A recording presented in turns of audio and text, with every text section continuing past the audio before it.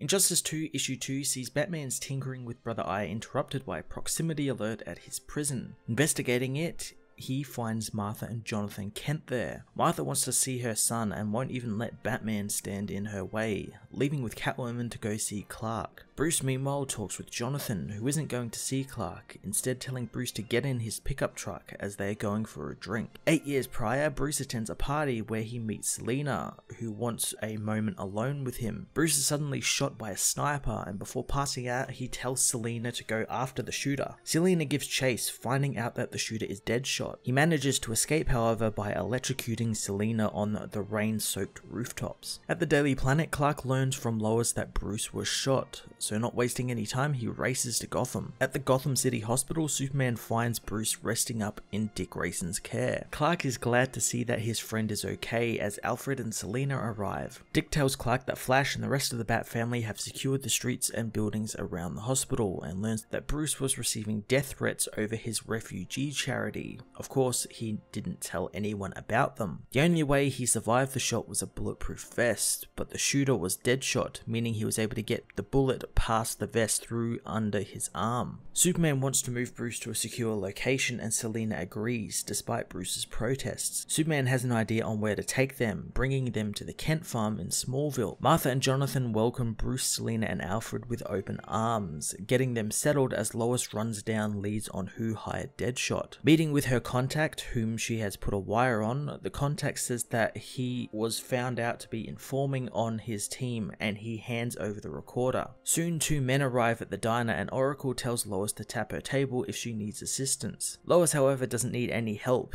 easily dispatching the 2 goons before Nightwing and Batwoman can even arrive. Later on, Clark meets with Lois at the Daily Planet, learning that it is a white supremacist cell of Intergang who are gunning for Bruce thanks to his refugee charity. Lois almost has enough to take down Intergang, but their hit squad will need to be flushed out. Bruce meanwhile talks with Jonathan Kent, who reveals that he knew Bruce was Batman, since Clark doesn't have a lot of friends and he would mention he's friends with Bruce Wayne, but he hasn't, and he always talks about Batman all the time, mainly thanks to him thinking of Batman as his hero of sorts. 2 weeks later, Bruce's limo is attacked by Diablo, who blows apart the car for Deadshot. Bruce survives, however, and Deadshot arrives, intent on not missing his mark this time. The bullet, however, bounces off Bruce's head as it is revealed that Superman is disguised as Bruce, allowing Batman to get the drop on Deadshot's team. In the days after, Lois tells Superman and Batman that Amanda Waller collected the hit team and threw them in jail, and Intergang's entire operation has been destroyed, along with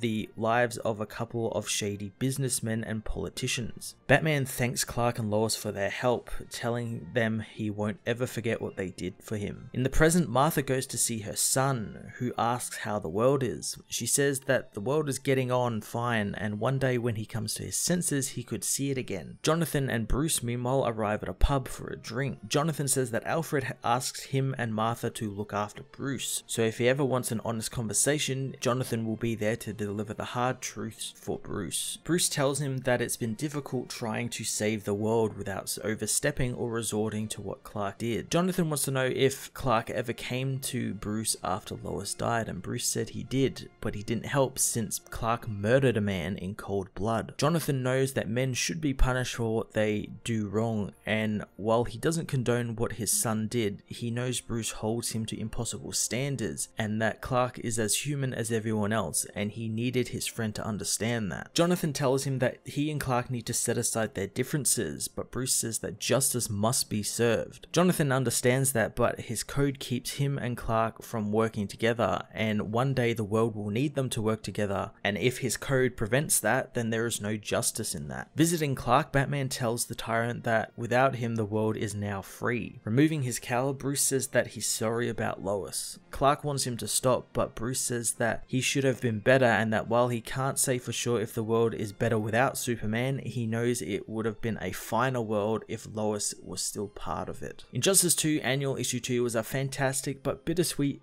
absolute final issue that took us back to simpler times for a world's finest team up. It was such a treat seeing Superman and Batman teaming up again, and to have the book bookended by the current Injustice timeline just before Injustice 2, the video game, and how everything is kind of messed up with them, seeing sort of the differences is utterly fantastic. Bruce also getting to open up to Jonathan Kent was pretty amazing, and it was interesting to see him come to Clark and apologize for letting him down. I really want there to be more Injustice stories, but if this was the final word on the series, then it could not have been any better. I'm going to give this issue a 10 out of 10.